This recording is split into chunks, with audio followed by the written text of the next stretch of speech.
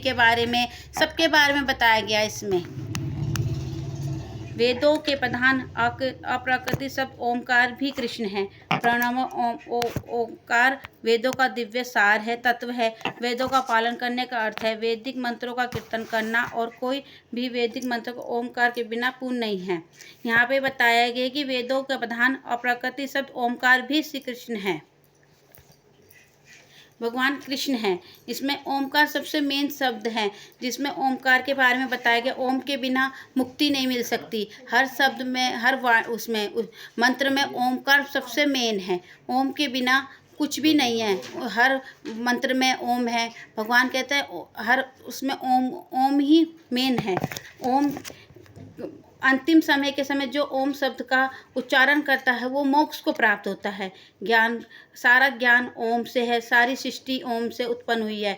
दुख की सृष्टि भी वेदों और वैराग्य का प्राप्त भी होती है। मानव शरीर की मुक्ति का भी द्वार ओमकार है। जो भी कुछ है जो ओमकार ही है। पांडुसक उपनिषद को ओम को परम ईश्वर भगवान का सर्वाधिक शुद्ध शब्द प्रतिनिधि कहा गया है। इसमें भगवान कह रहे हैं ओम को ही परम ईश्वर भगवान है। भगवान की को हर उसमें ओमकार ही मेन है। इसमें पूर्ण अर्थ वेद भी को भी प्रमाण दिया गया है। इसमें वेदों में भी प्रमाण दिया है कि ओमकार सबसे मेन है, प्रमाणित कर रखा है। ओमकार परम ईश्वर भगवान का शब्द ध्वनि परिनिधि है कि हर बार उसमें ओम का उच्चारण सबसे पहले किया जाता है, हर उसमें मंत्र में। इसलिए वेदों का भी प्रधान शब्द है। इस संबंध में परम ईश्वर भगवान श्री कृष्ण कहते हैं प्रणवम सर्ववेषु, समस्त वैदिक मंत्रों में भी ओम अक्षर हूँ। भगवान कहते हैं हर शब्द में ओमकार है का मंत्र है। इसमें इतना ही नहीं, भगवत गीता के 15 अध्याय में श्लोक के 15 में भी श्री कृष्ण कहते हैं मैं प्रत्येक हृदय में स्थित हूँ। सभी वेदों के द्वारा मुझे ही जानना होता है। वेदांतों का रचिता हूँ मैं। वेदों का सार्थक जानने वाला मैं ही हूँ। मैं भगवान के सभी के हृदय में स्थित हूँ। भगवान के सभी स्थित हूँ। भगवान कहते हैं मैं सब में स्थित हूँ। सूर्य, प्रकाश, हर चीज़ में मैं उपस्थित हूँ। जहाँ देखोगे मैं वहाँ उपस्थित हूँ। तुम मुझे याद रखो। भगवान कहते हैं मेरे पास आओ, मैं तुम्हें याद रखूँगा। जब तुम मुझे याद रखोगे तो भगवान दुख में, सुख में, सब जगह मुझे भगवान हमेशा सहायता करेंगे। भगवान कहते हैं बस मुझे याद रखो। भगवान कहते हैं भगवान और इसका मुकुंड और श्वेताश्वर प्रसिद्ध दिनों दोनों में ही वर्णन किया गया है। द्वापर सुपर्णा सयुजा खजान सखाया। भगवान और व्यक्तित्व जीवात्मा दोनों शरीर के इस प्रकार बैठे हुए हैं जिस प्रकार दो मित्र पक्षी एक वृक्ष के ऊपर बैठते रहते हैं। एक पक्षी वृक्ष के फल अर्थात संसारिक क्रियाकर्मों के फल में भोग रखा होता है। दूसरा पक्षी अर्थात परमात्मा मात्र को देख रखता है। एक तो है संसार के भौतिकता की इच्छा में लगा रहता है संसार में, और एक होता है जो भगवान के हृदय में बैठा है परम आत्मा और परमात्मा के रूप में। भगवान के इसमें जो जीवों के हृदय में बैठे होते हैं भगवान के जो आत्मा है। इसमें 15 अध्याय में भगवान कहते हैं जहाँ मुझे याद करोगे मैं वहीं मिल जाऊंगा। भगवान कहते हैं ना, इसमें 15 अध्याय में भगवान कह रहे हैं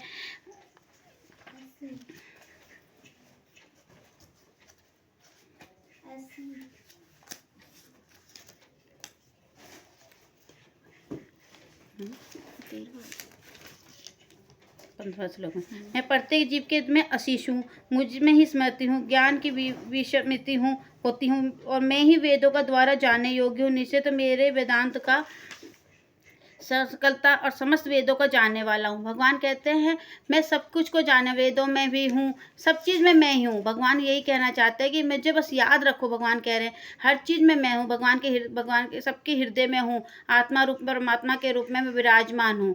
जब ये शरीर है ये मर जाएगा तो जड़ पदार्थ हो जाएगा। जब तक आत्मा रहती है तब तक ये शरीर चलता रहता है। जब आत्मा के निकलते ही मेरा बिना जड़ पदार्थ जैसा जड़ जैसा शरीर हो जाता है। भगवान कहते हैं बस मुझे याद करो, जहाँ मुझे स्मरण करोगे मैं वहीं मिल जाऊंगा। भगवान ये कहना चाह रहे हैं इसमें। अतः वेदांतित अध्ययन का लक्ष्य परम ईश्वर भगवान कृष्ण को समझाना है। भगवत गीता के 8वें अध्याय में 13वें श्लोक में विशेष बल दिया गया है। कहा गया है कि योग विधि द्वारा अनंत पावन अक्षर ओम का उच्चारण करने करते हुए मनुष्य भगवान के परम धाम को प्राप्त होता है।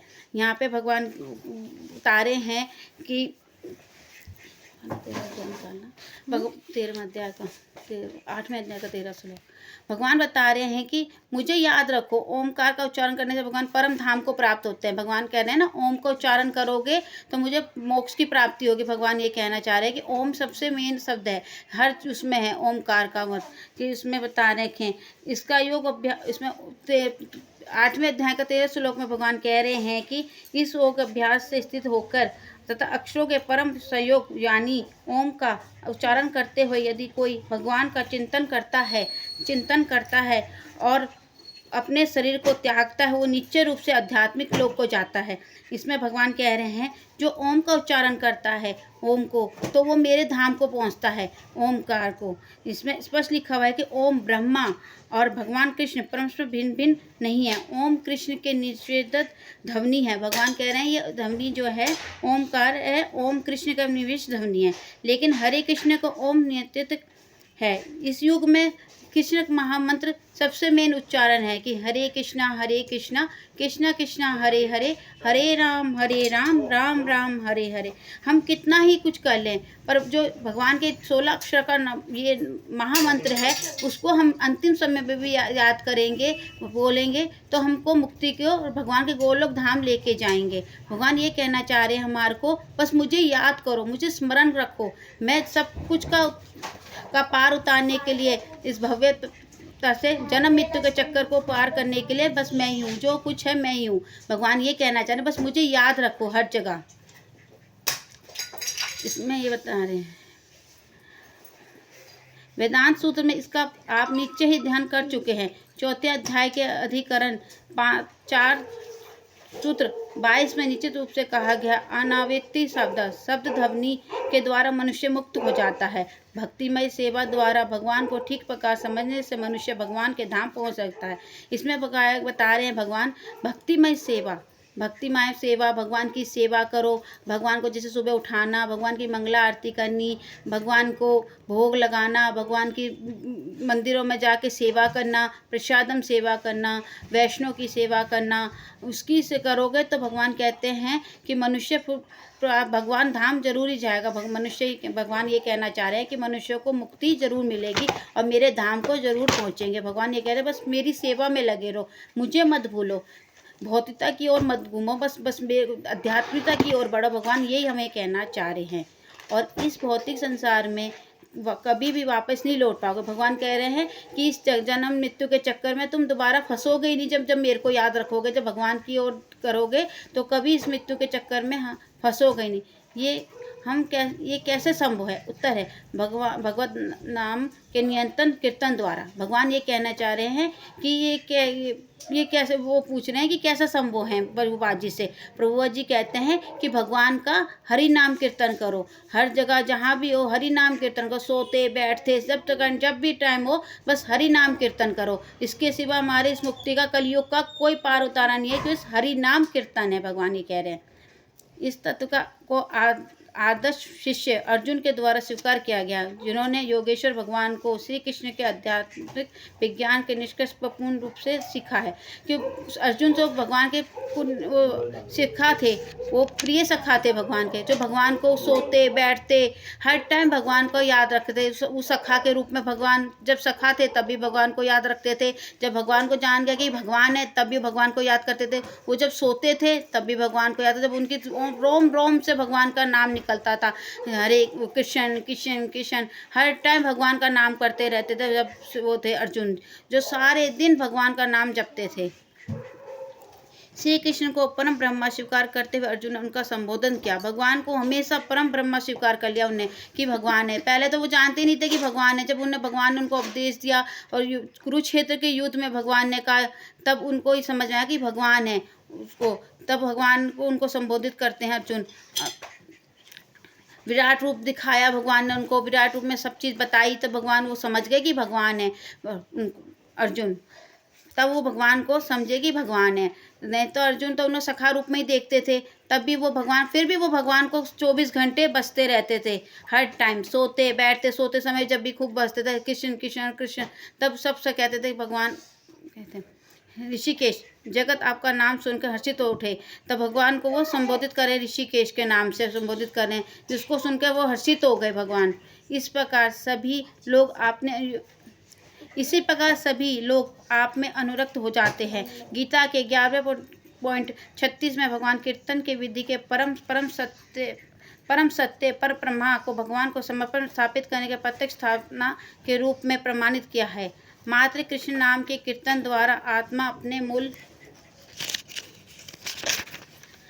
मूल निवास भगवत धाम लौट जाने के लिए परम पुरुष श्री कृष्ण को द्वारा आकर्षित कर लिया है। इसमें भगवान ने क्या नाम है 11वें अध्याय के 36वें श्लोक में कह रहे हैं, हे अर्जुन कह रहे हैं, हे ऋषिकेश, आपके नाम के श्रवण के संसार हर्षित होता है और सभी लोग आपसे अतिरिक्त अनुरक्त हो जाते हैं। यद्यपि सिद्ध पुरुष आपको नमस्कार करते हैं, आपको सब नमस्कार करते हैं। इसमें भगवान को से अर्जुन कह रहे हैं भगवान से हैं, किंतु अनुरक्षक भयभीत जो असुर लोग हो जाते हैं वो भगवान से भयभीत हो जाते हैं और इधर भाग रहे होते हैं, उधर उधर भाग रहे होते हैं। ये ठीक ही हुआ।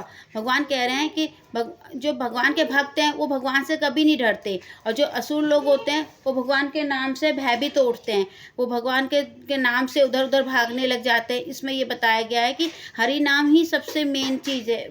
भगवान का नाम धाम करने से भगवान धाम लौट जाएंगे। इसमें ये बता रहे हैं क्योंकि भगवान कृष्ण कह रहे हैं, कृष्ण से कुरुक्षेत्र के युद्ध में परिणाम से सुन के अर्जुन प्रभुत हो गए। भगवान परम भक्ता है, परम भोक्ता है, भगवान के परम मित्र और भक्ता के रूप में उनको बोल रहे हैं। कृष्ण जो कुछ भी कहते हैं भगवान कह रहे हैं कि जो कुछ भी करो बस मुझे साबित करो। भगवान ने उसको मोहित को करा था कि युद्ध में लड़ने के लिए भी भगवान ने उससे कह रहे थे कि लड़ो, पर उसका मन बेचैन था कि मैं कैसे लड़ सकता हूँ इस युद्ध में। तभी भगवान को समझाया कि नहीं, तुम क्षत्रिय हो, तुम्हारा फर्ज है कि तुम्हें लड़ना है। उसमें भगवान ने उसको सब कुछ समझाया और कहते हैं जो कुछ करोगे, जो कर्म फल करोगे वो फल का फल तो मैं दूंगा ही। उसे चिंता थी कि मैं सब लोग मर जाएंगे तो कैसे ये परिवार चलेगा, कैसे संसार चलेगा, कैसे बच्चे पलेंगे, पर उसको कोई चिंता खा रही थी। पर भी भगवान ने उसको समझौता किया कि तुम करो कर्म, पर कर्म करने से कुछ नहीं होगा। कर्म करोगे फल तो मिलेगा ही, तुम अच्छा कर्म करोगे तो अच्छा ही फल मिलेगा। भगवान ये कहना चाह रहे हैं। इसमें ये भी बता रहे हैं कि हरि नाम कीर्तन करो, जो भी करोगे भगवत धाम लौट जाने के लिए परम पुरुष कृष्ण को आकर्षित कर लिया है। भगवान कहते हैं भगवत धाम जाने के लिए सब कुछ करने को। नारद रात्र में कहा है कि समस्त वैदिक अनुष्ठान मंत्र ज्ञान हरे कृष्णा कृष्णा कृष्णा हरे हरे, हरे राम राम राम हरे, इन 8 शब्दों को कूट कूट कर भर दिया है। उसी प्रकार कलियसंता उपनिषद में कहा गया है कि 16 शब्द हरे कृष्णा कृष्णा कृष्णा हरे हरे, हरे राम राम राम विशेष रूप से इस भौतिक कलयुग के लिए तो बनाया गया है। इसमें बताया गया है इस कलयुग का पार उतारने के लिए सिर्फ हरि के नाम ही है। हरे कृष्णा कृष्णा कृष्णा हरे हरे, हरे राम राम राम हरे हरे। जैसे 4 युग हैं, इसमें एक में तो बताया गया है कि वो क्या नाम है यज्ञ बताया था, एक में श्रवणम बताया था, एक में सतयुग में तपस्या बताया, कलयुग द्वापर में त्रेता युग में यज्ञ और द्वापर में अर्चना और कलयुग का पार उतारने के लिए हरे कृष्णा। इसमें चैतन्य महाप्रभु ने भी खूब इसमें सहयोग दिया हुआ है कि चैतन्य महाप्रभु इस धरती में इस कलयुग में पाप इतना बढ़ गया था तो कलयुग में भगवान चैतन्य रूप में भी उतरे हैं। इस कलयुग में भगवान ने वो अपने आचार्य ने भी प्रार्थना करा था कि इतना पाप बढ़ गया है कि भगवान अब आओ और इस कलयुग का पार उतारने के लिए। तो इसमें कलयुग का पार उतारने के लिए इस मंत्र का उच्चारण करवाया था, हरे कृष्णा कृष्णा कृष्णा हरे हरे, हरे राम राम राम हरे हरे। क्योंकि इस संसार का कलयुग का पार उतारने का सिर्फ एक यही महामंत्र है बस, और इससे सिवा कुछ भी नहीं। हम कितने ही पूजा पाठ कर लें, कुछ भी कर लें, पर सबसे मेन है हरि नाम कीर्तन। इसमें बस यही कलयुग का पार उतारने के लिए बताया गया भगवान ने कि इसमें हरि नाम कीर्तन करो जितना हो सके, उठते बैठते। और इसमें भगवान के वो कहते हैं कि एक उसमें सुना है कि इसमें कोई नहीं सोचता कि हम नहाए नहीं धोए नहीं, हम अभी पवित्र है, पर इसमें कैसे भी हम हो, पर हरि नाम कीर्तन करेंगे, उसी से हमारा एक पाप पवित्र हो जाएंगे। एक हरि नाम कीर्तन ही एक ऐसा चीज़ है जो इस क्या नाम है, इसमें कृष्ण भावनामृत में इस्कॉन द्वारा हमारे को एक अच्छी शिक्षा मिली है कि हरि नाम कीर्तन करो। लोग कहते हैं कि इसमें इतना नियम है, पालन है, कुछ भी है, पर हमारे लिए तो सबसे अच्छा भगवान ने एक राह दिखाया है कि इस्कॉन से जुड़ना, जिससे हम हरि नाम कीर्तन कर सकें, भक्तों से जुड़ सकें, वैष्णव से जुड़ सकें, जिससे द्वारा हम इस कल का पार उतार सकते हैं। इसे भगवत धाम जाने का हमारा सबसे अच्छी एक सुगम मार्ग है, भगवान ने हमें दिया है।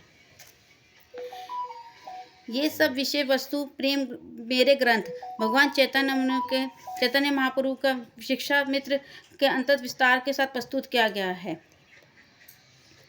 ये चैतन्य अमृत में भी भगवान ने चैतन्य शिक्षा में भी दी है। चैतन्य अमृत में भी बता रखा है भगवान ने कि इस कलयुग के इसमें बताया गया। भगवान चैतन्य अमृत के कितने महा शिक्षक थे, सनातन गोस्वामी सब थे उसमें। सनातन गोस्वामी तो एक ऐसे वो थे, नीचे उसके थे भी, और उनको तो इतनी अच्छी पोस्ट में थे, तब भी उन्हें हरि नाम कीर्तन के लिए, इतने भक्ति के में आगे बढ़ने के लिए उन्हें सब कुछ छोड़ दिया।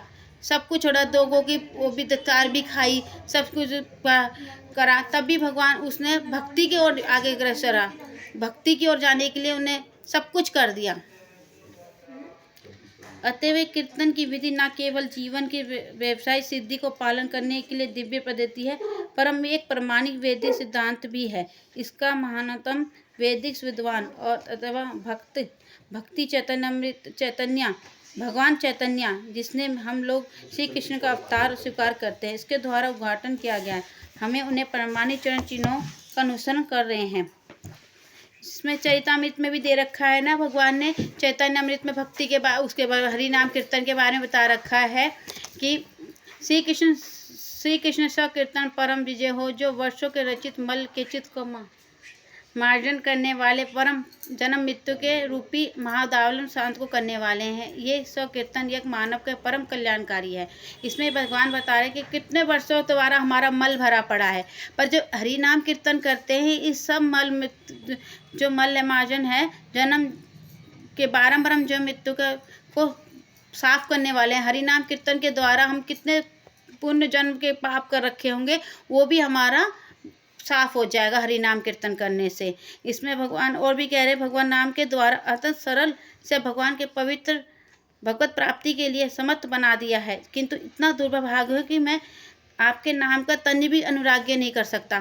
कई जन हम इतने मल हैं कि हम भगवान का नाम नहीं ले सकते। हम इतने अनुरागी हो गए हैं कि हम भगवान को याद ही नहीं करते। इतने भौतिकता की चक्कर में हम फंसे हुए हैं कि हम इसको बिल्कुल भी ध्यान देते। कोई कहता है ना कि हरि नाम कीर्तन के क्यों करें, क्या रखा है इसमें, हम ये नहीं कहते हैं, पर इसके द्वारा हमारा सब कुछ मैल मल सब साफ हो जाएगा। हरि नाम कीर्तन एक बार भी हरि नाम ले लें भगवान के मुँह अपने वाणी से कि हरि नाम का नाम ले लें, तो सब कुछ साफ हो जाएगा, हमारा जीवन चित्त साफ हो जाएगा। इसमें तो भगवान कहते हैं ना, मुझे हम लोग कहते हैं ना हमें धन चाहिए, ना काम धन, ना लक्ष्मी, ना कुछ चाहिए, हमें सुंदर स्त्री चाहिए, ना कुछ नहीं चाहिए। बस भगवान का मत एकमात्र ये हमारी कामना है कि जन्म जन्म तक आपकी हेतु भक्ति में लगे रहें। भगवान से हमारी यही प्रार्थना है कि हमें कुछ नहीं चाहिए, बस आपकी हेतु ही कृपा हमारे को मिलती रहे, और हम अब जन्मांतर जब तक आपकी हेतु ही भक्ति में बने रहें। इसमें ही हम ये चाहते हैं ना। हम तनज अनुज कृष्ण, मैं आपका निरंतर किन्नर दास हूँ, जन्म मृत्यु रूपी सागर में गिर पड़ा हूँ। कृपया आप मुझे इस जन्म मृत्यु सागर से मेरा उद्धार करें। चरण कमलों धूलि कर्ण को बनना दीजिए। हमें अपनी इतनी प्रार्थना करनी चाहिए कि भगवान बस हमें अपनी शरण में ले लें इस हरि नाम कीर्तन के द्वारा, कि हमें तो बस यही चाहिए, हमारे को और कुछ नहीं चाहिए, बस इतना ही हमारा उद्धार हो जाए कि हमें बस भगवान अपने चरणों का दास बना ले। भगवान हम नित्य भगवान की सेवा में नित्य दास बन के रहें, बस यही हमारी कामना है।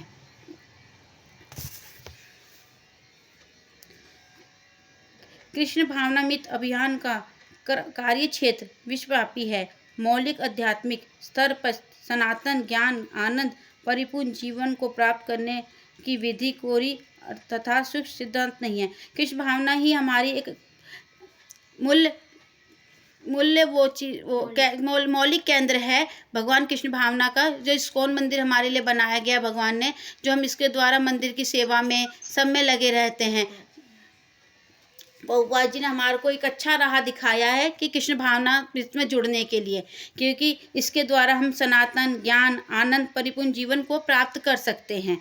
इसमें ये बताया गया है, भगवान प्रभुपाद जी कह रहे हैं कि हमारे को इसमें कृष्ण भावना में एक एक जुड़ जाना चाहिए कि हमारे एक परिवार के रूप में भगवान ने दिया है हमारे को कि इसमें जुड़ना चाहिए, कि जिसके द्वारा हमारे को वैष्णव का संग करना, वैष्णव की सेवा करना, वैष्णव को सब सेवा करना, सब कुछ करना चाहिए हमारे को। हमें से इसके द्वारा हमें जोड़ने चाहिए।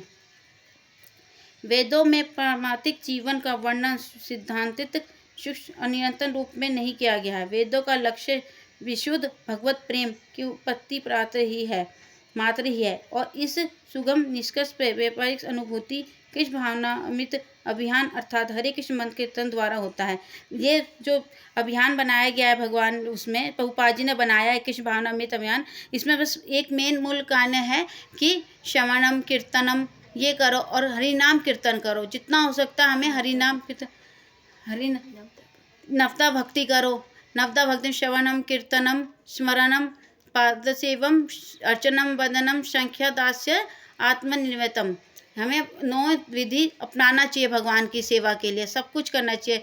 भगवान ने मेन दिया है कि श्रवणम करो, जितना हो सके सुनो, भगवान के बारे में सुनो। हमारे जो कान दिए हैं भगवान को सुनने के लिए दिए हैं, जो हमारी नाकें दी हैं भगवान के चढ़े फूलों को सूंघना, और आँखें दी भगवान के दर्शन करने के लिए। जो कुछ है जो दी हमारी इंद्रियां दी हैं भगवान की सेवा करने के लिए दी है। जो भी कुछ है हमें जो हाथ दिए भगवान के प्रसादम बनाने के लिए, पैर दिए जो भगवान के मंदिर जाने के लिए, दर्शन करने के लिए, जो कुछ है हमारे को जो दिए भगवान ने हमारी ये इंद्रियों को भगवान की सेवा में लगाने के लिए।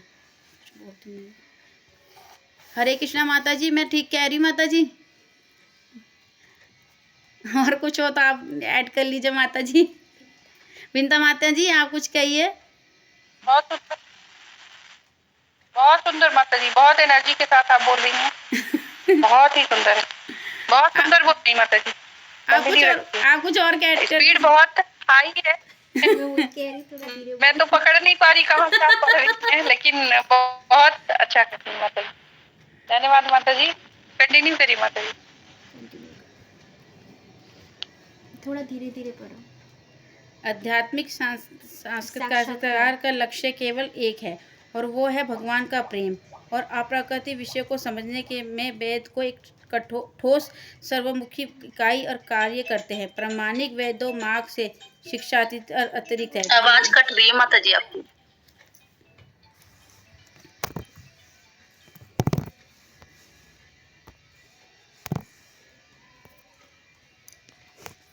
अब आ रही है माता जी? हरे कृष्णा अब ठीक आ रही है?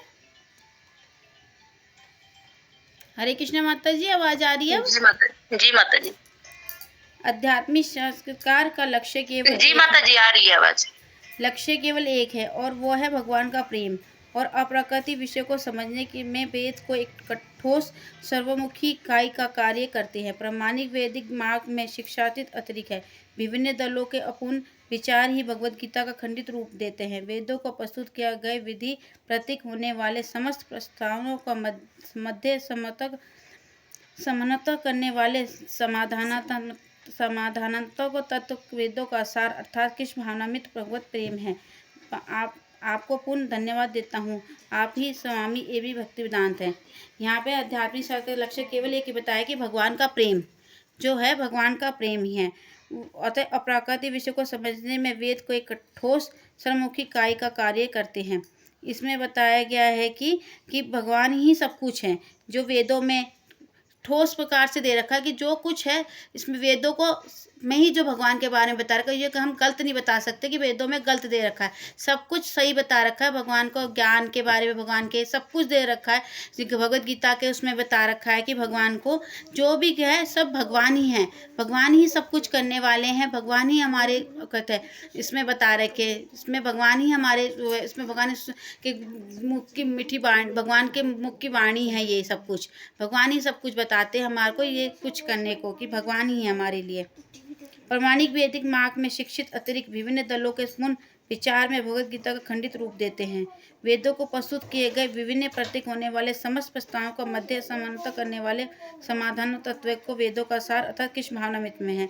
इसमें कृष्ण भावना में हमारे को भगवान के बारे में जानने के लिए बताया गया। वैसे हम कितने ज्ञान देते हैं, कितने महासाधु हैं, हमारे को बताते हैं, पर जो इसमें सच्चा ज्ञान जो वेदों के बारे में है वो इस्कॉन में ही बताया गया है, कृष्ण भावनामृत में ही बताया गया है कि क्या भगवान क्या है। नहीं तो पहले हम तो 36 देवी देवता को मानते थे। कितने देवी देवता है कि पहले कहते थे शंकर भगवान बड़े हैं, ये देवी देवता है, ये सब कुछ बड़े हैं, पर हमारे को सबसे मेन मुख्य बहुत से इस्कॉन में बताया गया है कि मेन भगवान सिर्फ कृष्ण भगवान ही हैं। सच्चिदानंद है भगवान, स्वरूप है भगवान, ईश्वर परम कृष्ण सच्चिदानंद विग्रह समाकान जो भगवान बताते हैं, सब कुछ भगवान ही हमारे कुछ हैं और कुछ नहीं है हमारे लिए।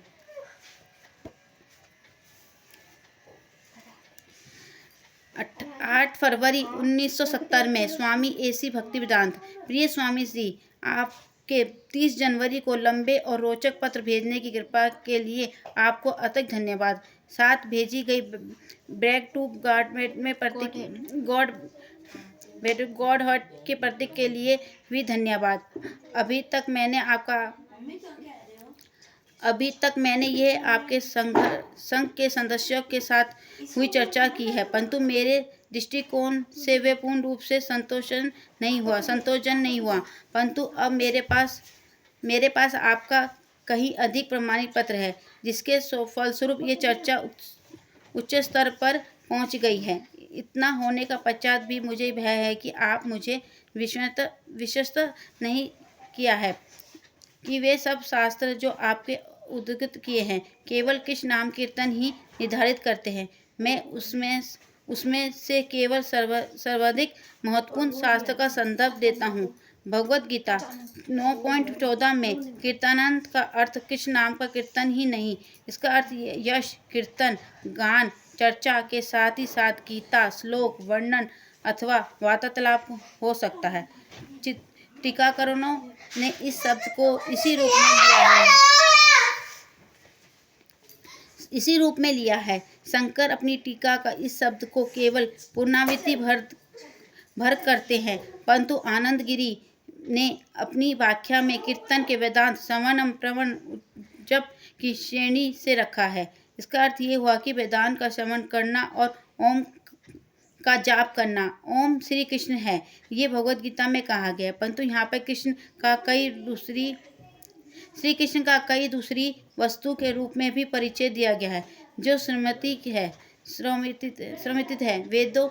वेदों में नहीं है, जो कि श्रुति नहीं माने जाते। एक दूसरे टीकाकरण हनुमान अपने प्रचाचक भाष्य में कहते हैं, कीर्तनानंद का अर्थ है भाष्यमान, अर्थात किसी विषय में चर्चा करना।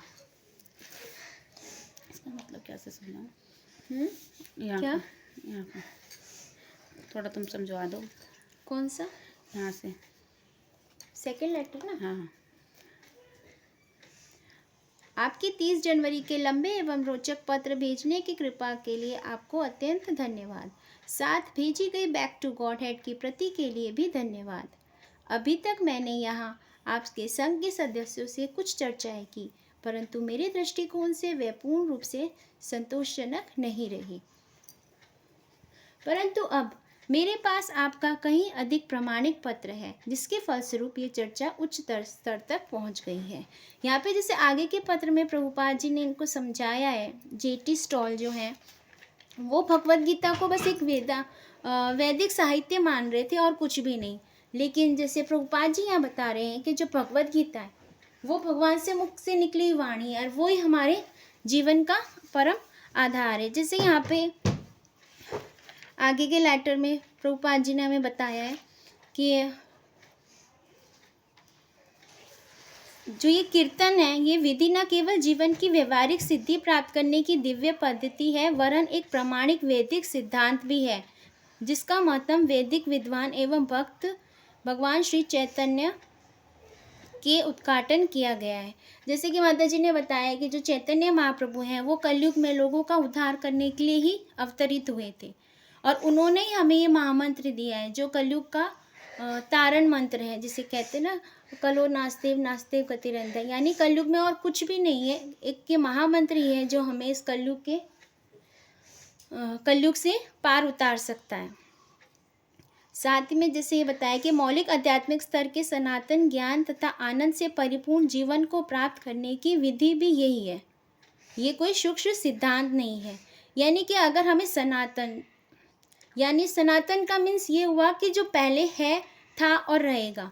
यानी कि अगर हम पूर्ण रूप से सुखी होना चाहते हैं, जो कहते हैं ना कि दुख तो कोई भी नहीं चाहता, लेकिन अगर हम पूर्ण रूप से सुखी होना चाहते हैं और ज्ञान तथा आनंद से परिपूर्ण जीवन जीना चाहते हैं, तो हमें इस भगवद गीता के ज्ञान को ग्रहण करना पड़ेगा और अपने जीवन को सुखी बनाना होगा।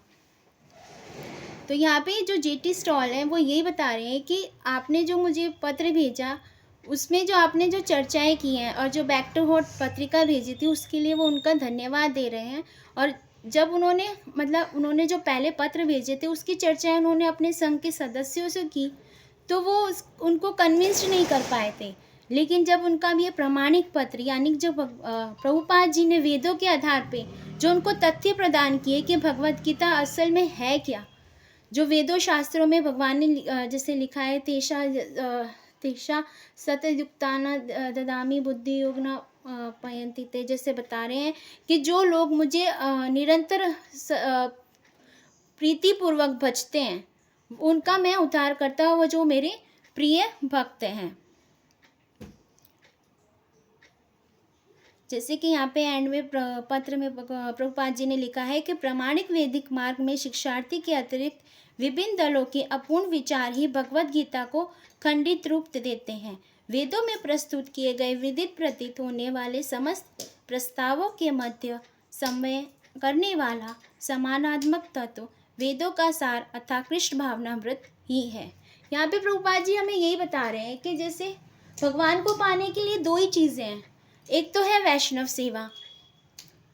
अगर हम शुद्ध भाव से वैष्णव सेवा करते हैं, जैसे कि जो हमारे आचार्य हैं, जैसे प्रभुपाद है, या हम जैसे अब छोटा सा एग्जांपल है, अभी हमारे सेंटर में जैसे सेवा हमें मुहैया की गई है, जैसे कि हमें ऑल्टर सजाना है या कालीन बिछाना है या प्रसादम बनाना है, भोग बनाना है, तो हम और किसी तरह से वैष्णव सेवा नहीं कर सकते।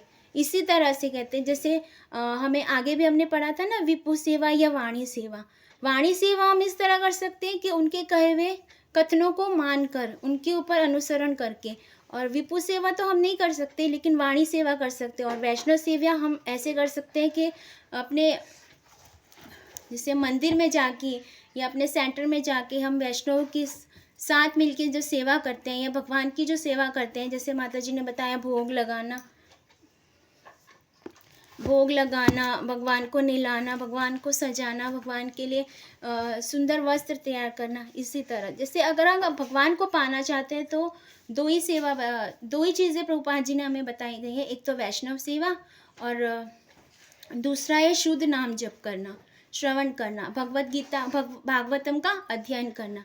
ये दो चीज़ें अगर हम शुद्ध मन से, शुद्ध हृदय से करते हैं तो हम भगवान को निश्चित तौर पे पा सकते हैं। आगे बढ़ते हैं।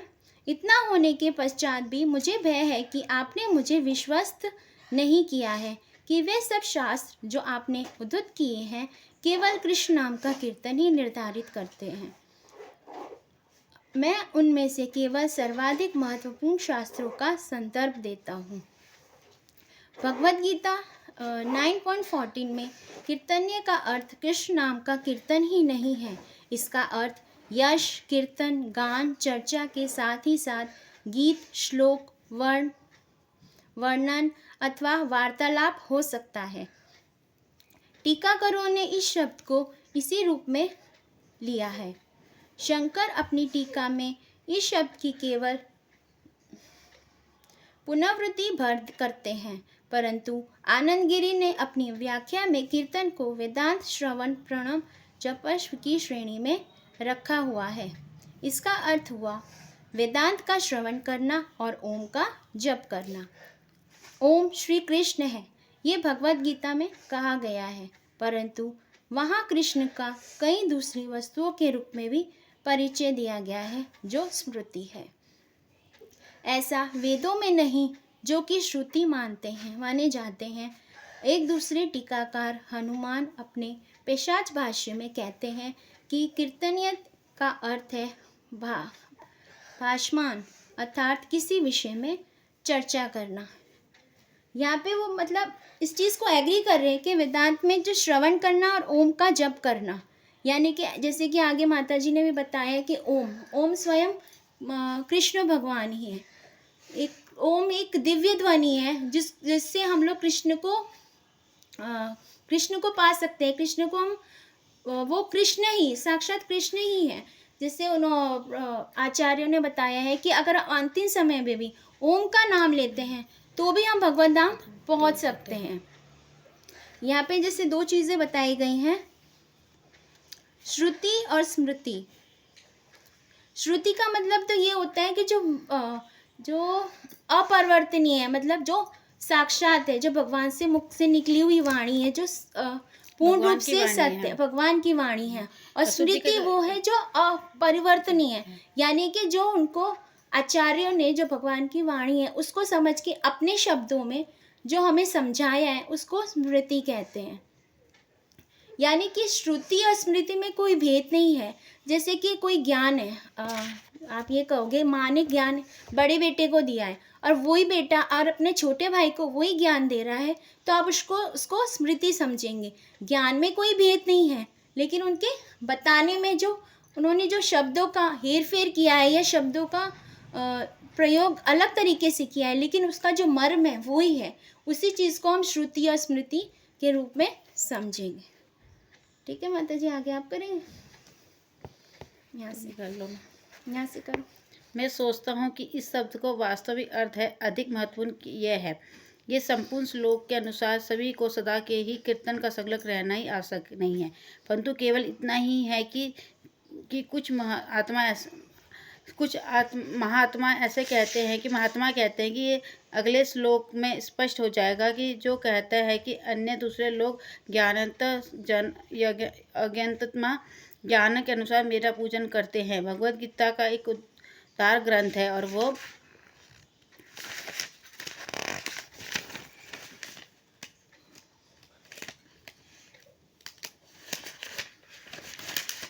विधि प्रकार से धार्मिक मार्गों के प्रति सहनशील है, यद्यपि वो अन्य सभी पक्षों की तुलना एक पक्ष के अधिक बल देती है, अर्थात सर्वफल त्याग। इसमें महात्माएं कह रहे हैं कि कितना ही कुछ कर लो, मेन है भगवान ही सब कुछ करने वाले हैं। जो कुछ है भगवान, इसमें कीर्तन कर लो, जो भी करे भगवान कहते हैं। श्रवणम कीर्तन में जो भी कुछ है सब भगवान ही करने वाले हैं। जो मैं सोचता हूँ कि ये सब वास्तविक अर्थ अधिक महत्वपूर्ण ये है कि संपूर्ण श्लोक के अनुसार सभी को सदा ही कीर्तन में संलग्न रहना ही आवश्यक है। इसमें ये बता रहे हैं कि प्रभुपाद जी को समझा रहे हैं कि कीर्तन करना ही, वेदों का कुछ करना ही, सब कुछ संलग्न रहना नहीं है। पर इसमें ये कहते हैं कि जो आचार्य हैं, जो महात्मा हैं, कह रहे हैं सब कुछ ही भगवान है। जो हरि नाम कीर्तन करने से ही सब कुछ मिलेगा और उसके सिवा हमें कुछ नहीं मिलेगा। इसमें ये बता रहे हैं कि भगवद गीता एक महान ग्रंथ है। ये एक भगवान की मीठी वाणी से बोली हुई एक मीठी वाणी है। भगवान ने अपनी वाणी को बोला गया। भगवद गीता एक उद्धार ग्रंथ है। ये एक यथारूपी ग्रंथ है जो भगवान से बोली गई ग्रंथ है। वह विधि प्रकार के धार्मिक मार्गों के प्रति सहनशील है। यद्यपि वो अन्य सभी पक्षों की तुलना में एक पक्ष के अधिक बल देती है। इसका मतलब क्या हुआ? वो अन्य सभी पक्षों की तुलना एक पक्ष के अधिक बल देती है। दिखाओ, मैं सोचता हूँ कि इस शब्द के वास्तविक अर्थ के अधिक महत्वपूर्ण ये है कि संपूर्ण श्लोक के अनुसार सभी को सदा ही कीर्तन में संलग्न रहना चाहिए। अवश्य नहीं, परंतु केवल इतना ही है कि कुछ महात्मा ऐसा करते हैं। मतलब वो इस चीज़ को एग्री नहीं कर रहे कि ठीक है भगवद गीता एक वेदांत स्वरूप है, लेकिन वो ये नहीं मानने को तैयार है कि कीर्तन में संलग्न रहना ही आवश्यक है। मतलब बहुत ज़्यादा ज़रूरी है कि आप हरि कीर्तन का नाम करें, जपा करें। तो लेकिन जो कुछ महात्मा लोग हैं वो ऐसा करते हैं। ये अगले श्लोक से ये और स्पष्ट हो जाता है, जो कहता है कि अन्य दूसरे लोग ज्ञान यज्ञेन या यजनन्ते माम, ज्ञान के द्वारा मेरा पूजन करते हैं। जैसे ये कि हमने भगवत गीता में पढ़ा है कि जैसे ज्ञान योग, हठ योग, भक्ति योग, ये 3 योग हैं जैसे भक्ति करने के, लेकिन जो भक्ति योग है भगवान को भजने के, लेकिन जो भक्ति योग है वही सर्वश्रेष्ठ है, क्योंकि उसमें प्रेम है।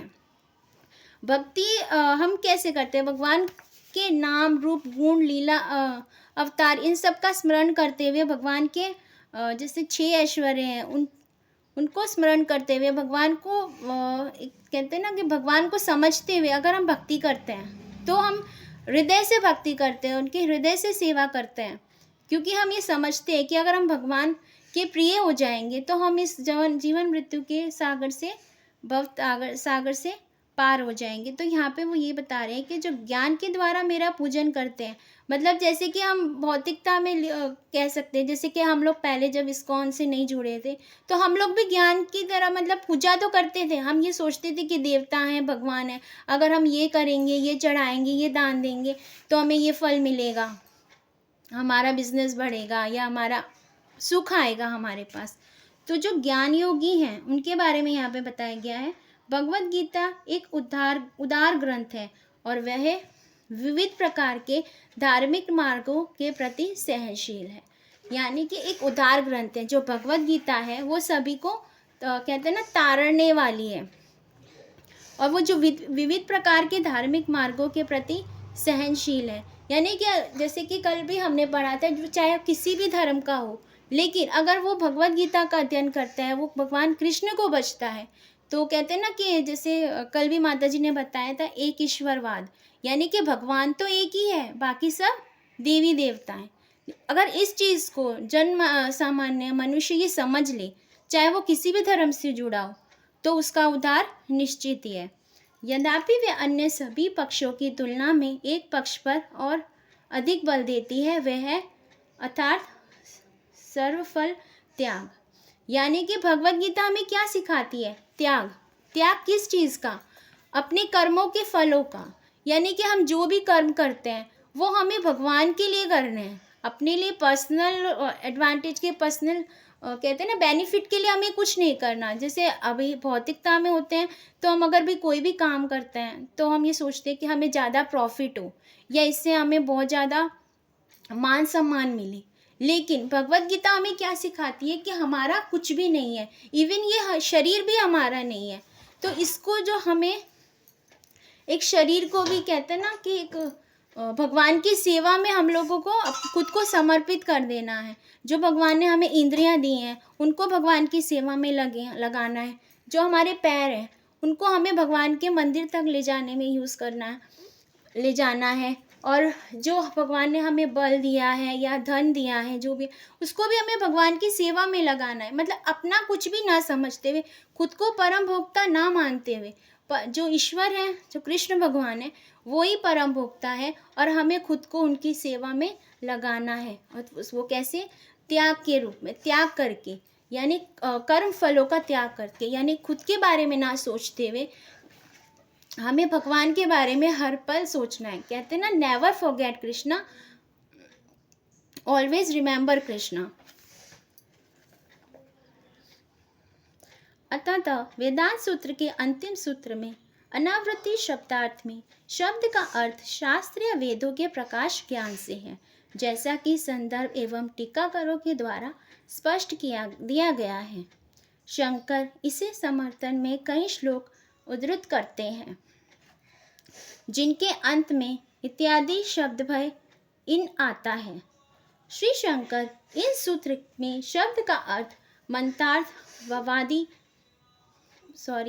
वदादि, मंत्र, वर्णन इत्यादि भी करते हैं।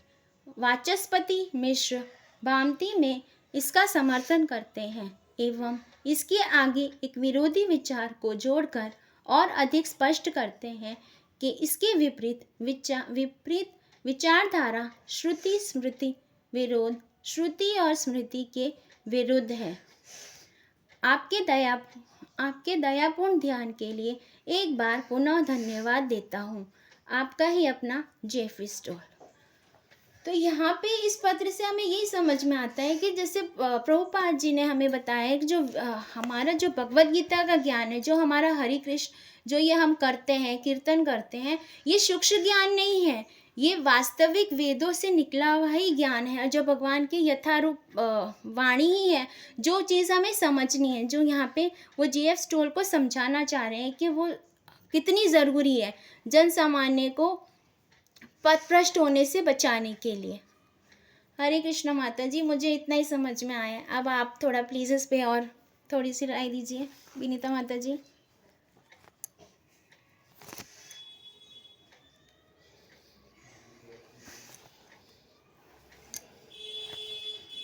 हरे कृष्णा माता जी। माता जी इतना सुंदर तो बता रहे हैं, और सबसे अच्छी बात है कि दोनों मिलके कहते हैं। हरे कृष्ण माता जी, आवाज आ रही है ना? हाँ जी माता मेरी जी। बहुत सुंदर बता रहे हैं। पूजा माता जी ने तो पूरी एनर्जी लगा दी। तो बहुत एंथुसियास्टिक हैं ये ना। माता जी आवाज नहीं आ रही आपकी।